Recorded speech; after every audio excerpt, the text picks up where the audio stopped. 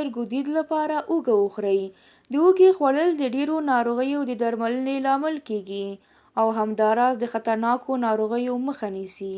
که غواړئ چې وزن مو کم، صحت مو روغ، د سترګو دید مو پیاوړی، د وینې فشار مو عادي، معده مو پیاوړې وي، نو هوږې خوړل پیل کړئ. دلته د هوږې د خوړلو طریقو څخه یوه طریقه ذکر شوې ده چې انشاءالله ډیره ګټوره به وي. 4 پلۍ هوږه سپینه کړئ، میده یې کړئ او بیا یې 1 ګیلاس اوبو کې واچوئ. وروسته 2 قاشقې عسل یا شات ورسره ګډ کړئ. په کاشوغه یې ښه سره ولړئ او بیا یې په تش نس وڅښئ.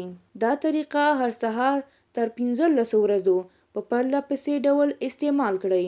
په دې سره به ستاسې معده پیاوړې شي او د وینې غوړ به مو عادي حالت ته راشي. خو اړینه خبره دا ده چې 10 دقیقې وروسته د 2 ګیلاسو اوبو څښل مه هېروئ. ګټې دا دي: 1. د سترګو دید به مو روښانه شي. 2. اعصاب به مو آرامه وي. 3. په بدن کې د هر ډول میکروبونو مخه نیسي. 4. د هډوکو دردونه به مو ورک شي. 5. د بدن عضلاتو ته قوت وربخي. 6. تل مو ځوان او پیاوړی ساتي. 7. هغه کسان چې خوب نه لري نو هوږه دې وخوري. 8. هغه کسان چې ډیر زر غوسه کیږي د هغو لپاره هم ګټوره ده. 9. معافیت لوړوي او هغه کسان چې په میاشت کې ډیر زر ناروغه کیږي د هغو لپاره ډیره ښه درملنه ده.